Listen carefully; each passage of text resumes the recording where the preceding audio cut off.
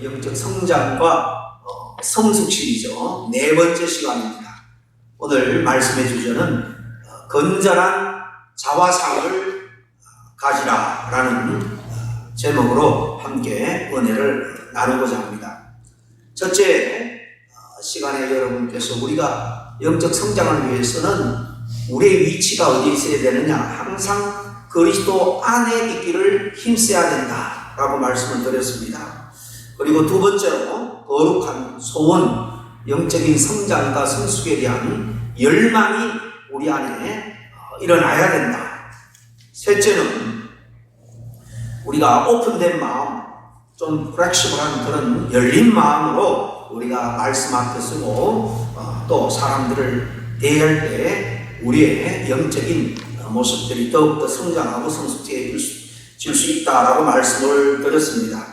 그렇다 할지라도 우리가 어떤 일을, 어떤 문제를 만났을 때 헤쳐나가기 위해서는 그것을 뚫고 나갈 수 있는 심력, 힘이 있어야 됩니다. 자신감이라고 말할 수도 있고요. 할 수 있다는 믿음입니다. 그럴 때 우리는 영적으로 성숙할 수 있어요. 그걸 헤쳐나갈 수 있는 그런 심력, 당당한 믿음의 그 심력이 없으면 우리가 성장할 수가 없는 것입니다. 우리의 삶에 있어서 무엇을 이루어내는 기초는 자신감이라고 할 수 있습니다.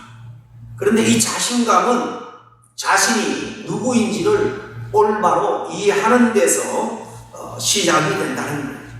그러니까 자기 자신에 대해서 내가 믿음 안에서 누구인가, 이걸 아는 것, 바라보는 것 정확하게, 이것을 자화상이라고 말할 수 있습니다. 자기 자신에 대한 믿음으로 바라보는 눈, 건전한 자화상을 가질 수 있어야 하는 것입니다. 그래서 영적 성장과 성숙을 이루기 위해서 이 건전한 자화상을 가지자라는 주제로 함께 은혜를 나누기를 원합니다. 우리가 그리스도인으로서 영적인 성장과 그리고 성숙은 그리스도 안에서 우리의 위치, 우리의 신분을 정확하게 아는 데서부터 시작을 합니다. 자신이 영적으로 누군지 바로 알지 못하면 영적으로 성장하지 못할 뿐만 아니라 신앙인으로서 하나님께서 우리에게 허락해 주신 기본적인 자유함도 기쁨도 누릴 수가 없는 겁니다. 누가 여러분에게 당신 누굽니까? 라고 질문한다면 여러분 어떻게 질문하겠습니까? 특히 우리 한국 사람들은 이름을 말할 수도 있겠지만은 대부분 사회적인 자기 스테이터스, 직업이나 위치에 대해서 말할 것입니다. 대개 사람들은 어떤 일을 내가 하고 있는가, 이것을 중심으로 자기 자신을 이해하고 또 남에게 어필하려고 하는 그런 경향이 많죠.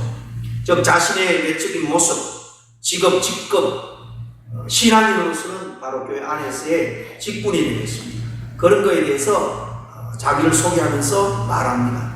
제게도 낯선 분이 당신 누굽니까? 그렇게 물으면 저도 얼른 저는 어느 교회 목사입니다, 이렇게 대답할 것 같아요. 그러나 바울이 말한 것처럼 그리스도인들은 이제부터는 아무 사람도 육체대로 알지 말아야 한다는 것입니다. 무슨 말입니까? 육체대로 그 사람의 그 모습, 그 사람이 갖고 있던 어떤 신분, 그 사람이 쟁취한 것은 명예나 인기, 세상의 권력, 직분, 그런 외적인 모습으로 그 사람을 알아서는 안 된다는 겁니다. 그것을 우리가 무시할 수는 없지만 믿음 안에서 사람을 볼 때는 그런 껍데기의 그런 요소로 보고 평가해서는 안 된다는 거예요. 오늘 읽은 17절 말씀 고린도후서 다시 한번 볼까요? 그런즉 누구든지 그리스도 안에 있으면 뭐라고 그랬습니까? 새로운 피조물이라 그랬습니다. 이전 것은 지나갔으니 보라 새 것이 되었도다. 여러분 세차 사서 탈 때 세차 냄새가 나면 한일리는 기분이 좋습니다. 제가 미국 와서 한 6대 7대 차를 바꿔 탔는데요, 첫 세차는 아이들이 학교 다닐 때 이 고물차가 하도 그냥 학교 앞에 내려주기 애들이 그냥 그 차에서 내리는 게 부끄러웠는지 새 차를 그렇게 원하더라고요. 그래서 무리하게 현대 차를 하나 리스를 해가지고 SUV를 한 3년 탄 적이 있고, 이제 지금 제가 한 3년 됐습니다만은 코로나 때에 차가 완전히 프레이스 퍼져가지고 이 두 번째 새 차고 나머지 4번, 5번째는 다 중고차를 샀습니다. 새 차를 타면 다 기분이 좋을 거예요. 그리고 나도 모르게 어깨가 올라가고 그런 것을 사실 깨달은 적이 있습니다. 여러분, 우리가 한 인간으로서 새로운 피조물이 되었다라는 것은요, 지금 세상 사람들이 나를 바라보고 평가하는 그런 사람이 아니라 전혀 완전히 새로운, 정말 프라우드하게 생각할 수 있는 그런 존재가 되었다라는 것입니다. 그리고 나가서 우리는 그리스도 안에서 하나님의 자녀가 되었다. 성경은 그렇게 말합니다. 새로운 피조물이 되었다라는 것만으로도 우리가 자긍심을 가질 수 있는데, 하나님의 자녀가 되었다, 신의 자식이 되었다는 거예요. 여러분, 요한복음 1장 12절 이하 13절 말씀 잘 알잖아요. 영접하는 자, 곧 그 이름을 믿는 자들에게는 하나님의 자녀가 되는 권세를 주셨다고 했습니다. 하나님의 그냥 껍데기 이름만 자녀가 아니라 자녀로서의 권세, 하나님이 주시는 특권을 다 누릴 수가 있다는 것입니다. 그런 우리는 오늘 두 번째 본문인 빌립보 4장 13절 말씀처럼 그런 우리는 우리에게 능력 주시는 자 안에서 모든 것을 할 수가 있는 겁니다. 우리가 하나님께 붙어 있기만 하면, 하나님의 뜻대로 살고 하나님의 뜻대로 기도하기만 하면 모든 것을 할 수 있다라는 사실을 여러분 우리는 믿어야 합니다. 왜 우리가 많이 기도하는데 기도 응답이 없을까요? 성경에 보면 전적으로 하나님을 신뢰하며 기도하지 않기 때문에, 둘째는 하나님의 뜻이 아니라 내 욕심을 성취하기 위해서 인간의 욕심에 따라 기도하기 때문에 그런 것입니다. 전적으로 하나님을 신뢰하고 하나님 뜻 안에서 정말 하나님이 기뻐하는 일을 성취하도록 나를 사용해 주시옵소서, 나를 통해서 역사해 주시옵소서, 온전하게 하나님의 뜻대로 기도하면 반드시 그렇게 될 줄로 믿습니다. 우리는 이걸 믿는 거예요.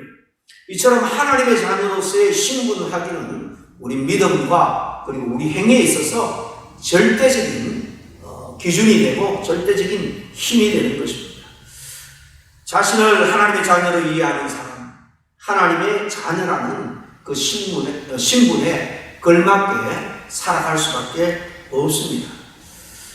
제가 군대에서 이 옆에 바로 제 행정병을 했는데요, 그 건물 바로 옆에 이 장교 숙소가 있었습니다. 근데 애들이 뛰어노는 걸 보면요, 대대장 아들은 그 중대장이나 그 서림하사 이런 분들 자녀하고 나이는 비슷해도요, 어떤 데는 더 어려도 아버지 직급에 따라서 아이들이 노는데도 지휘관의 아들은 떵떵거리면서 지보다 한두 살 많은 형들을 막 부리고 명령하고 그러더라고요. 아버지의 신분을 이 꼬마들도 아는 거예요. 우리가 하나님의 자녀다라는 신분을 정말로 정확하게 알고 믿으면은 우리가 세상 가운데 소위 말해서 기죽어서 쫄려서 살 이유가 하나도 없는 것입니다. 성공자의 특징은 늘 자신을 성공자로 생각하고, 실패자의 특징은 늘 자기 자신을 실패자로 생각한다는 거죠. 우리가 이렇게 신앙적으로 자신에 대한 자화상이 분명할수록 우리들은 더욱 영적으로 성장하고 성숙할 뿐만 아니라 이 세상에서도 사실 더 많은 성취감을 누리며 성공을 하며 살아갈 수 있을 겁니다.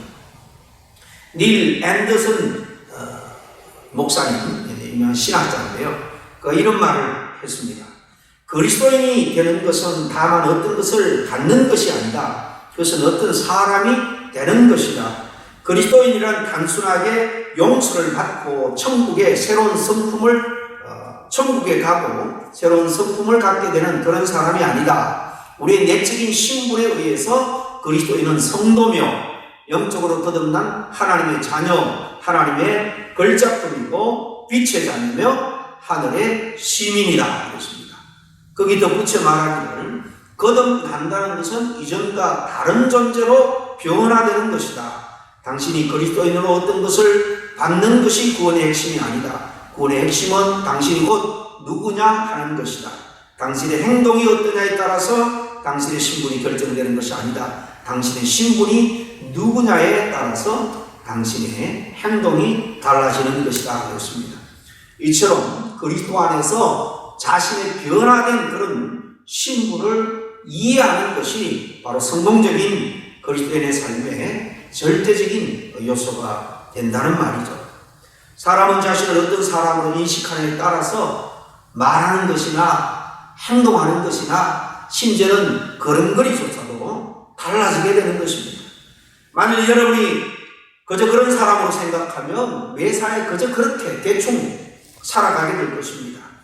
그러나 우리는 영원한 생명을 가진 하나님의 자녀다라는 사실에 대해서 그것이 의미하는 것이 무엇인가를 정확하게 우리가 인지하고 믿고 있다면 우리는 예수님처럼 세상 가운데서도 능력 있게 또 참된 자유를 누리며 살아갈 수 있는 거예요.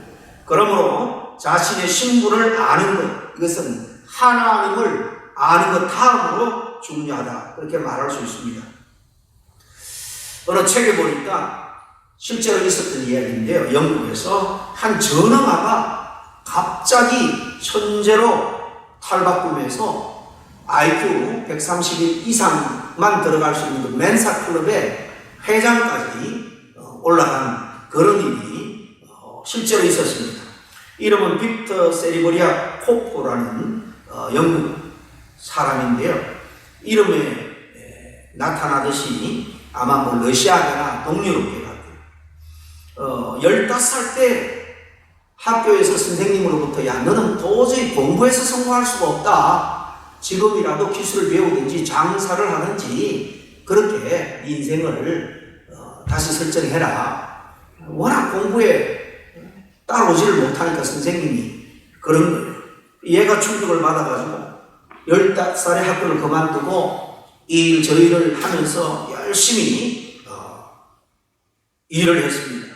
17년 동안 별의별 직업을 다 전전하면서 열심히 일했지만은 겨우 먹고 살 정도도 살기도 힘들었습니다. 그런 중에 전쟁이 발발해가지고 군대 입대하기 전에 보게 된 IQ 테스트에서 자신의 IQ가 무려 160이라는 사실이 뭐예요? 천재 중에 천재죠. 이런 사실을 알게 돼요. 전능하고 살아온 그에게 이것은 상상할 수도 없었던 일이었죠. 그렇지만 그거는 2-3번을 테스트했지만 사실이었습니다. 이때부터 이 빅터는 자신감이 그냥 충만한 겁니다. 야, 내가 실제로는 천재였구나. 그래서 자기는 천재라는 사실을 믿고 천재처럼 행동하기 시작을 했습니다. 그래서 책을 많이 쓰고 많은 특구도 냈고 성공적인 기업가가 되고 IQ 132 이상 회원이 될 수 있는 그 멘사클럽, 국제 멘사클럽의 의장이 되기도 했습니다. 그가 갑자기 이처럼 훌륭한 인물로 변화시킨 그 힘, 요인이 여러분 뭘까요?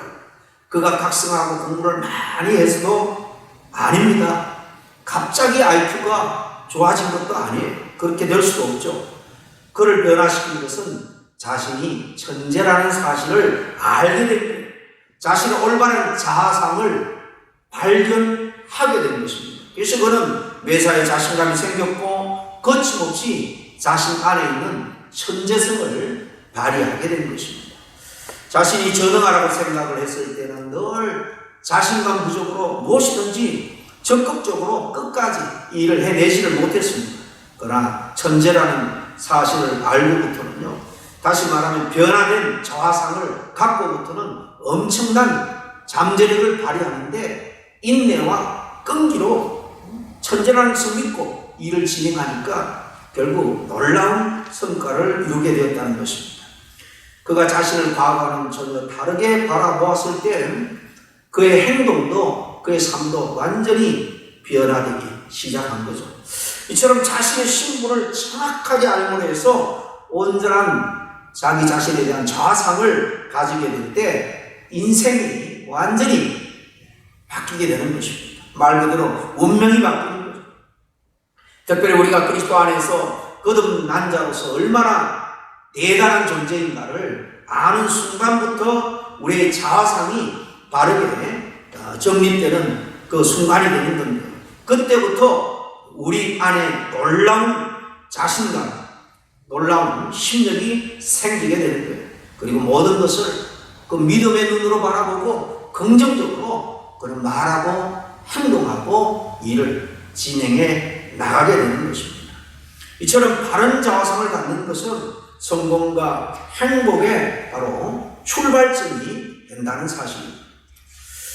출발점이 바로 우리가 정말 내가 누구인가를 정확하게 아는 데서부터 시작되는 거예요. 내가 뭘 열심히 하고 어느 두 번째 문제입니다. 내 결단과 내 의지의 열심, 노력은요, 금방 장애물을 만나면 좌절할 수밖에 없습니다. 그러나 중요한 것은 우리가 신앙생활하고 또 그 가운데 예배 드리면서 말씀을 듣고 기도하는 가운데 계속해서 우리가 늘 확인하고 재발견할 수 있는 것은 우리 하나님 앞에서 어떤 존재인가 하는 것을 다시 한번 확인하는 거예요. 그럼에도 불구하고 또 세상에 나가서 어려움과 장애물을 만나면 금방 또 가졌던 그런 자화상, 믿음을 잃어버리고 그렇게 살아갈 때가 얼마나 많은지 모릅니다. 영적인 성장이라는 것은 사실 우리 속 사람이 변하고 성장하는 것이죠.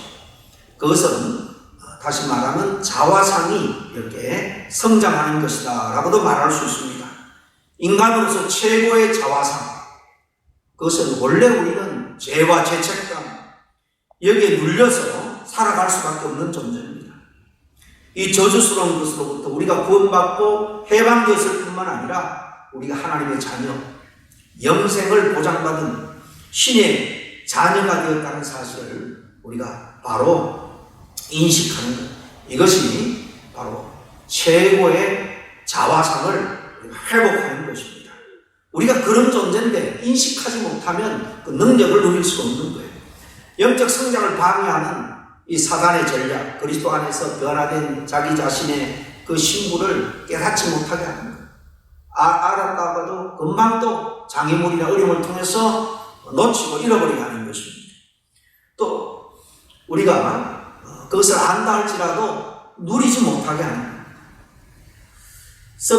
서커스 안에 큰 코끼리에 대해서 들은 이야기 중에서 물론 코끼리 그 맹인들이 만지는 이야기도 있지만은 큰 코끼리가 서커스 안에서 자기 순서를 기다리기 위해서 이 작은 말뚝에다가 작은 끈으로 그 코끼리를 묶어놔도 코끼리가 그 범위를 벗어나지 않는다는 이야기를 들었습니다. 왜냐하면 어릴 때부터 이 코끼리를 훈련할 때 아주 굵은 그 쇠사슬에 쇠기둥에다가 단단히 묶어놓아 있기 때문에 자라면서 이 코끼리가 마음대로 행동을 하고 싶고 또 자기가 원하는 곳으로 가고 싶을 때마다 이 쇠 줄이 자기 발목을 조여서 그렇게 얼마나 고통을 겪게 하는지 모릅니다. 이게 계속 반복이 되면 작은 끈을 그렇게 묶어놔도 그 기둥에 묶인 끈이 얼마든지 한순간에 끊을 수 있는데도 불구하고 그렇게 훈련되어 있기 때문에 절대로 그것을 당겨 끊을 줄을 모른다는 것입니다. 이미 안 된다고 그런 인식이 되어 있고 단정을 해버리기 때문에 시도조차 하지 않는 거죠. 우리는 그리스도 안에서 죄와 절망과 실패의 쇠줄을 끊을 수 있는 힘과 능력이 우리에게 있습니다. 사실 동성애도 동성애에서 탈출해서 목사가 되었고 동성애자를 섬기는 목사님의 간증 유튜브에도 나와 있는데요. 절대로 그것은 선천적이 아니다. 후천적인 것 때문에 자기의 노력으로 의지로 극복할 수 있었다라고 고백을 합니다. 지금 세상에서는 제일 지금 크게 문제가 되는 동성애 문제, 이것은 날 때부터 그렇기 때문에 인정을 해줘야 된다. 그렇게 말하는 사람이 많지만은 실제로 동성애 생활하고 또 정상적으로 돌아온 그런 목사님의 간증과 이야기를 들어보면 얼마든지 자기 의지로 회복할 수가 있다는 것입니다. 이전에는 끊을 수 없는 쇠줄과 같이 우리를 얽어매던 모든 부정적인 세력이 예수 그리스도의 오히려 능력으로 사실 그 힘을 잃었습니다. 그런데도 여전히 우리는 그 줄을 끊으려고 하지 않는 코끼리 같은 모습을 하고 있지 않는지 우리 자신을 한번 돌아볼 수 있기를 바랍니다. 너무 많은 사람들이 부정적인 힘에 눌려서 지나치게 자기 자신에 대해서 정말 보잘것없는 비천한 존재로 스스로 비하해서 비참하게 살아가는 인생들을 얼마나 많은지 모릅니다. 한두 번 실패한 것이 그게 자기 인생의 다인 줄 알고 나는 아무리 해도 안 돼, 이렇게 자기 자신에 대해서 스스로 믿음의 한계를 그어버리는 겁니다. 스스로에 대한 한계 설정은 성장에 있어서 가장 큰 장애물인 것입니다. 영적 성장을 위해서 이 자기 자신에 대한 기대 믿음을 가져야 합니다. 하나님 안에서 놀랍게 변화된 자기의 그 신분을 기대하고 주장하는 자세를 가질 때에 우리는 한 단계 성장할 수 있게 되는 겁니다. 이처럼 건전한 자아상은 우리의 성공과 행복과 그리고 영적 성장의 기초임에도 불구하고 왜 우리는 스스로에 대해서 긍정적인 자아상보다는 부정적인 자아상에 빠져서 고통을 겪고 있는가? 그런 사람이 참 많은데 얼마나 안타까운 일인지 모릅니다. 그 이유는 첫째, 공중권세를 잡고 세상에 악한 영향력을 미치고 있는 사단이 지금도 알게 모르게 세상을 또 인간을 조종하기 때문에 에베소서 2장 2절 말씀을 보겠습니다. 그때 너희는 그 가운데서 행하여 이 세상 풍조를 따르고 공중의 권세 잡은 자를 따랐으니 그 지금 불순종의 아들 가운데 역사하는 영이라. 우리가 그리스도인이 되었어요. 우리가 영적으로 깨어있지 않으면, 주님 안에가 있지 않으면 여전히 믿는 자도 귀신이 역사할 수 있고, 이렇게 공중권세 잡은 이 귀신의 역사로 말미암아 우리가 세상 사람들과 똑같이 비참에 처할 수도 있는 것입니다. 이 사실을 우리가 알아야 돼요. 세상에 일어나는 모든 사건과 현상의 이면에는 악한 영적인 그런 공중권세 잡은 그런 자의 역사가 있음을 우리가 알고요. 어떤 일을 만날 때, 어려움을 만날 때, 시련을 당할 때 하나님 앞에 기도함으로 먼저 나가야 되는 이유가 바로 거기에 있는 겁니다. 둘째로 많은 사람들이 어렸을 때부터 그 부모, 선생, 친구들, 이게 주변에서 가장 가깝게 영향력을 끼칠 수 있는 그 사람들로부터 그들의 능력, 재능, 이런 것들을 계속해서 가소평가 당하고 있기 때문에, 그렇기 때문에 자녀들을 키울 때, 특히 교회에서도 서로 간에 우리가 좀 격려해주고 인정해주고, 어린이들에서도 마찬가지입니다.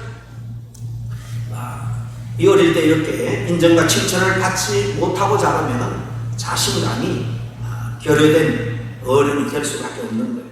세 번째, 또 다른 이유는 사람들은 자라면서 과거에 한번 크게 실패한 것이 자기 인생 전체의 실패와 동일시하는 그런 경향이 있다는 것입니다. 우리 흔히 하는 말로 실패는 성공의 어머니다, 그런 말 수없이 듣고 자랐습니다. 그런데도 불구하고 어떤 일을 몇 번 시도했다가 실패하면 나는 어떤 일을 계획해도 안 돼, 성공을 거둘 수가 없어, 그 코끼리처럼 이렇게 단정해 버리기 때문에 진일보한 전진해 나가는 그런 스스로의 기회를 스스로 박차버리고 마는 거죠. 그럼 우리가 어떻게 하면 건전한 이 자화상을 개발해 나갈 수 있을까? 먼저는 자기 자신을 인정하고 사랑하는 것입니다. 이건 뭐 에고에, 자기 이기심에, 자기 욕망에 빠져 살아라, 그런 말은 아니고요. 하나님께서 나를 위해서 독생자를 보내 구원해 주신 그 은혜를 생각하며 내가 하나님 앞에 얼마나 귀한 존재인가, 이것을 생각하고 스스로 자아상을 믿음으로 잘 새롭게 설정을 해야 되는 것입니다. 어떠한 상황에서도 어떤 어려움을 만나도 나는 정말 안 돼, 무가치해, 이런 생각을 해서는 안 된다는 것입니다. 한때 인기 많았던 연예인들이 사실 자살로 그 생을 젊어서 마감하는 안타까운 뉴스들을 종종 우리가 듣게 됩니다. 거기서도 끝나는 것이 아니라 그 베르테르의 효과라 그래서 그 연예인과 자기 자신 일치해서 그렇게 연예를 바라고 살았던 그런 또 젊은이들이 따라서 모방해서 자살하는 그런 정말 안타까운 일도 일어나고 있는 것을 우리가 봅니다. 문제가 뭘까요? 특별히 연예인 입장에서 보면 악성 루머, 이게 가장 사실 근본 원인이죠. 그러나 살아가면서 세상이 우리를 항상 따뜻하게 바라보지 않는다는 것을 우리는 너무나도 살면서 실감합니다. 세상은 틈만 있으면 우리의 약점을 파고들고, 그래서 우리 길을 죽이게 하고 좌절하고 낙마하게 하는 것이 세상이에요. 왜 세상은 이런 공중번세 자본자들이 악한 영향력을 주변의 모든 여건들을 통해서 우리에게 끼치고 있기 때문입니다. 그 사실을 우리가 안다면요, 문제 해결은 항상 우리 자신 안에 있습니다. 내가 이겨내야 되는 거예요. 근데 안타깝게도 인생을 스스로 마감할 수밖에 없었던 원인 중에 하나는 한때 그렇게 인기를 누렸음에도 불구하고 자신에 대한 바른 자화상이 부족했던 것이 아닌가, 조심스럽게 그렇게 한번 생각을 해봅니다. 세상이 바라보는 시각으로는 우리가 거의 대단하지 않을지 몰라도 하나님 안에서는 저와 여러분 천하보다 귀한 생명이에요. 말씀드린 것처럼 독생자 하나밖에 없는 아들을 대신 십자가에 내몰아서라도 저와 여러분을 영원한 생명으로 이끌고자 하는 하나님의 마음, 그 마음에는 우리를 향한 그 사랑과 기대와 우리가 얼마나 귀한 존재라는 것을 하나님이 인정하기 때문에 이렇게 독생자로 보내주신 것입니다. 이렇게 볼 때 스스로가 자신을 하나님의 정말 귀한 걸작품으로 그렇게 인정하고 사랑하는 것, 이것이 하나님의 뜻입니다. 그래서 베드로전서 2장 9절에 뭐라고 말합니까? 오직 너희는 수많은 인류 중에 택하신 족속이에요. 그러니까 거기에다가 왕같은 제사장이라고 말합니다. 그것은 거룩한 나라, 그리고 하나님의 소유된 백성입니다. 이렇게까지 말씀하고 있는 하나님 앞에 저와 여러분은 얼마나 귀한 존재인지 모릅니다. 그래서 정말 하나님께서 우리를 향해서 베푸신 은혜를 생각하며 우리가 믿음 안에서 누리게 된 신부를 한순간도 잊지 말고 정말 당당하게 죄와 세상과 악한 영들에 맞서서 싸워 승리하는 저와 여러분이 되어야 될 줄로 믿습니다. 누구나 장단점을 다 가지고 있죠. 장점만 가지고 있는 사람도 없고 단점만 가지고 있는 사람도 없습니다. 자신을 사랑하는 법, 그것은 자신의 약점에 집착하기보다는 장점에 최대한 관심을 가지고 그것을 잘 살리려고 하는 것이 바로 자기를 사랑하는 법이 아닌가, 그런 생각을 해봅니다. 이스라엘 수상 중에 골다 메이어 여사라는 분이 있습니다. 이분은 스스로 좀 못났다라고 생각을 했는지 나는 여자지만은 이 미모에 자신이 없어서 내가 잘할 수 있는 것에 내 인생을 바치겠다. 그래서 열심히 공부해서 정치계에 뛰어들었고 이스라엘의 수상까지 되었습니다. 이렇게 내가 잘할 수 없는 것, 내가 생각할 때도 장점이 아니라고 생각하는 것, 거기에 우리가 너무 에너지를 뺏기지 말고 내가 잘할 수 있는 것에 내가 시간과 에너지를 투자해서 내가 하고 싶은 것 해야 되겠다라고 생각하는 것에 자신감을 가지고 한번 그 길을 개척해 볼 수 있기를 바랍니다. 두 번째는 긍정적이고 건전한 자아상을 강화하기 위해서는 가치 있는 일을 추구하라, 그렇게 권고를 합니다.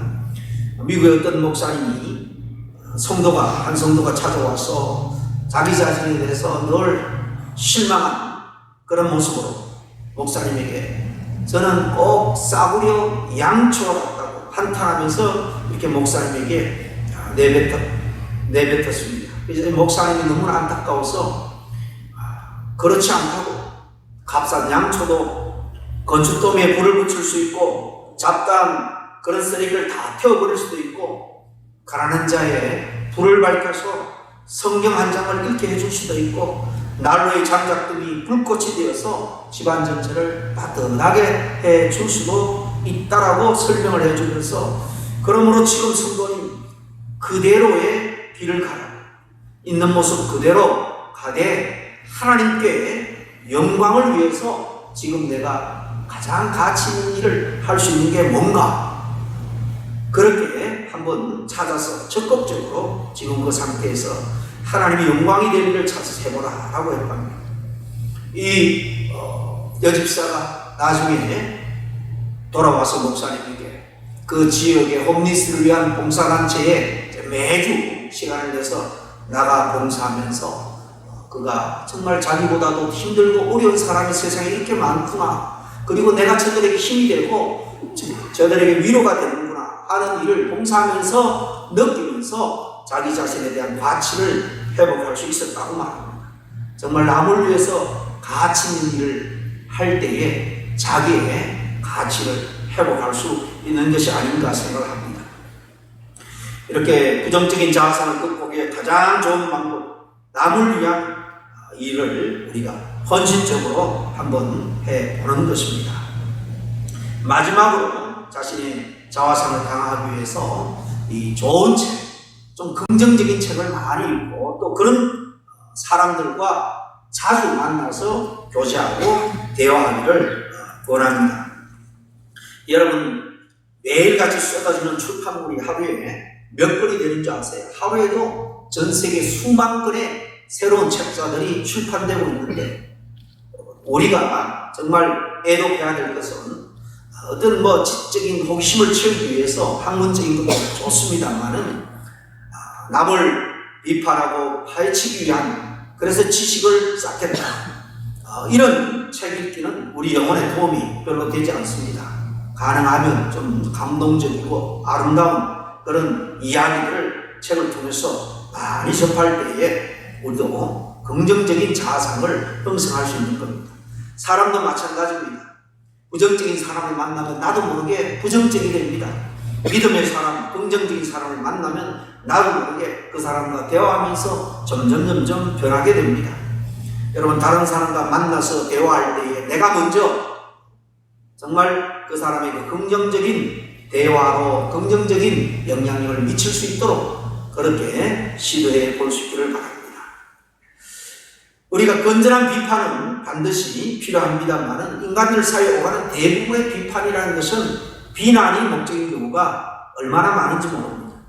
좋은 사람을 만난다는 것, 축복 중에 축복이죠. 그런 사람 가까이 있으면 마음이 정말 상심이 되었다, 위로를 얻고 용기로 얻게 됩니다. 먼저는 내 자신이 그런 사람이 되어야 되겠다, 이 시간에 한번 다짐할 수 있기를 바랍니다. 여러분, 한 가정에서 어린아이들이요, 부정적인 말을 10마디 듣는 동안에 긍정적인 말을 한마디 정도 보통 듣는다, 일반적인 가정에서. 그리고 그 부정적인 4마디의 말을 희석시키기 위해서는, 한마디의 그 부정적인 말을 희석시키기 위해서는 5마디의 긍정적인 말이 필요하다고 합니다. 이렇게 4-5개의 긍정적인 영향력을 줄 수 있는 그런 말을 해야 되는데, 반대로 10배 가까운 부정적인 말을 하면 이 자녀는 자라면서 아예 자화상이 나는 할 수 없어, 나는 늘 내 인생이 이래, 이렇게 굳어져 버릴 수밖에 없는 거죠. 좋은 책, 좋은 사람은 우리에게 긍정적인 영향력을 미치고 무엇보다도 긍정적인 이렇게 건전한 자화성을 갖도록 도와주는 거예요. 늘 좋은 책을 가까이 하고 좋은 사람, 그것은 바로 믿음의 사람입니다. 믿음의 말을 하고 긍정적인 말을 하는 사람, 그런 사람들과 함께함으로 말미암아 우리의 하나님의 자녀로서의 자화상이 날마다 업그레이드 되고 정말 하나님 앞에 보시기에 더욱더 자신감이 넘치고 당당하게 그렇게 믿음 안에서 생활할 수 있도록 성숙해가는 저와 여러분이 다 될 수 있기를 간절히 축원합니다. 기도하겠습니다. 하나님 아버지, 계속해서 우리는 영적인 성장과 성숙에 대해서 우리가 말씀을 듣고 있습니다. 아버지 하나님, 긴 코비드 또 그 이후에 아버지 하나님 침체된 우리의 영적 삶에 우리 모두가 다 위축되었고 정말 신앙적으로 너무나도 무기력한 삶을 우리가 살아가고 있습니다. 하나님 아버지, 저희들을 회복시켜 주시옵소서.